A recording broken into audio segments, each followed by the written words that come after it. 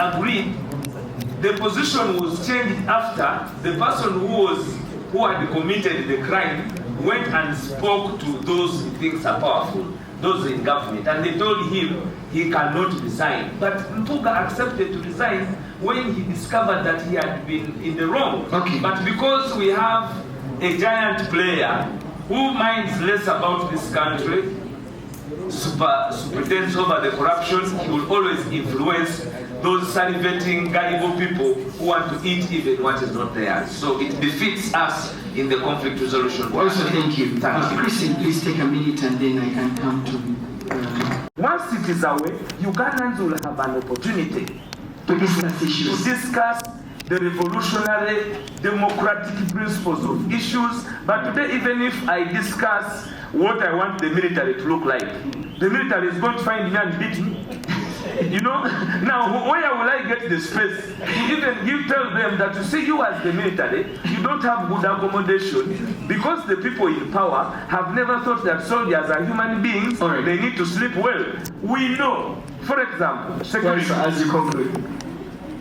That is how much we would need more time to even give what we want for the people, because a lot has not been done. So the issue why these political parties have gone to the rhetoric of Museveni must go, have also condescended to people liking people's popularity and abilities, is as a result of the fatigue of the longevity of General Museveni and his team. Now that fatigue and their implementation of whatever they have been implementing has been a farce, and therefore people no longer look at issues. They look at those people going to take away the Musevenism that has eroded the human nomenclature of people as Ugandans. Wow, thank you. Waiswa, thank you very much for your submissions.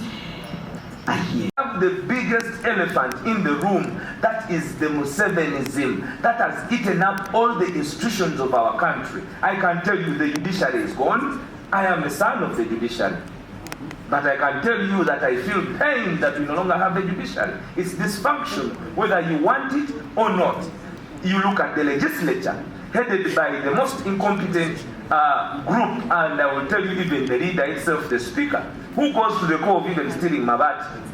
Now, if you want us to discuss issues, we can. But the fatigue and longevity of this regime has reduced this country to people discussing, those who have the energy to face the truth to the system. The blackmail of lies moving through more than the truth is what we are fighting against as a backdrop. So the issue why this country has deteriorated from having able leaders who can discuss sense, who can discuss the better trajectory of this country, is as a result of the longevity of the system that provides deceit, blackmail, torture, among others, at the forefront of having them live longer. Now, as an effect, it kills these other parties also.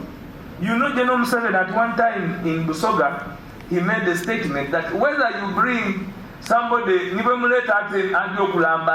if you bring one going to sleep, you bring, for as long as you can't touch them, and we tell them the NRM is now voting, and they put up their hands. That is over 15 years ago. So if you had the head of state thinking in his wisdom that that is the pedigree of leadership, those who are going to sleep, as long as they are ready to be woken up. That is why you have today people like General Moses Sali available as a candidate in the NRM party, being celebrated. But when you know the Constitution says a person who is either mad or near to being senile is not supposed to be in leadership. But we fear to attack these issues because they are going to condescend you that you do not have the factual abilities to tell people where you are taking them as a country. Every person, we have even stated that the 10-point program of the NRA was not a bad program. It has only been hijacked by somebody having a mindset of dying in power. And that dying in power, giving Ugandans the same. The name is Mufumbiro, but I know so many times people think that being that is associated with the kitchen, always people make it sound better by not sorry, sir. But I am the kitchen itself, so always feel free. Mufumbiro is my name. How I wish I was here to discuss what the National Unity Platform can do for this country. I can tell you. Let's talk about infrastructure. What is our network coverage of roads? If we want to improve our factors of production, have they worked on them? This government for the last 40 years has only covered 15,000 kilometers outside of the out of the 36 kilometers that do the national grid, and the 159,366 kilometers that are unattended to as a country. If you look at the monies we lose over 10 trillion on corruption. If that 20 trillion is transited into just developing our infrastructure for mobility, and I'm not talking about the sophisticated transport, train system, and others. I'm speaking about the infrastructure that you have, making it update.com to enable access, work, and production. 10 trillion can actually cover more than 100 kilometers of tarmac in this country, where you will have over 80% of your road network sophisticated. It is not done. The only reason we don't have time to discuss our manifestos, like I will ask people who talk about the wave of NUP, none of them read the manifesto. It was online, but they will only come and tell you, NUP did not have anything. But we have these documents everywhere. We told the country what we were going to do for them. But even our reading culture is a problem. And then the country is fatigued with Museveniism. You will agree that there has been enough longevity. 40 years is not a joke. Do you know what 40 years entails? It entails more than 5 generations. They are all dead. So if somebody comes to you and talks about Museveni must go, understand them. Do not dismiss them that it is a wave. Understand that there is also part of Uganda's problem is Museveniism. And therefore, if Museveni does not go, the Museveniism will remain.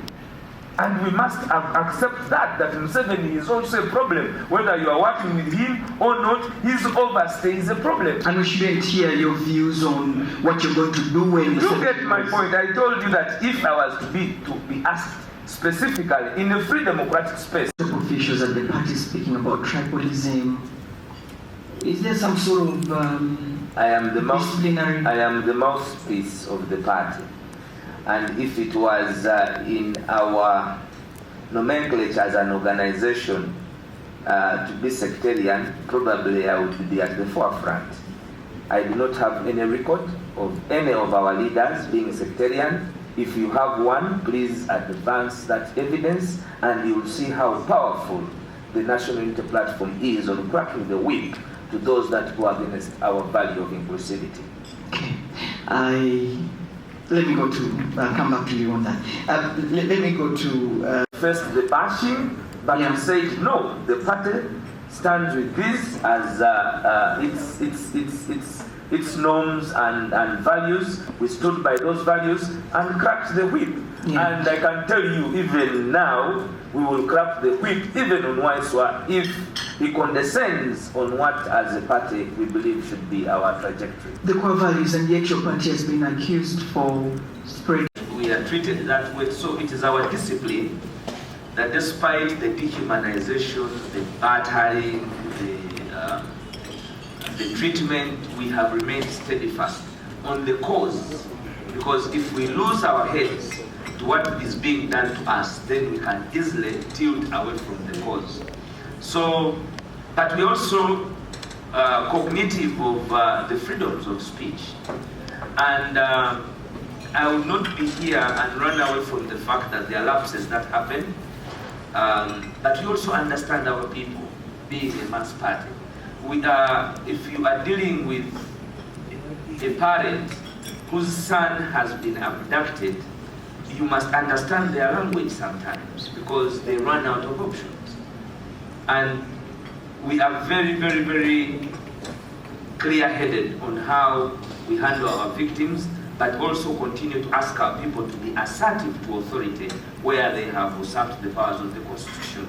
And that sometimes makes us indisciplined, but we are very, very disciplined people, and we look forward to reflecting the discipline that we talk about and that we are into the national profile of what Ugandans must be.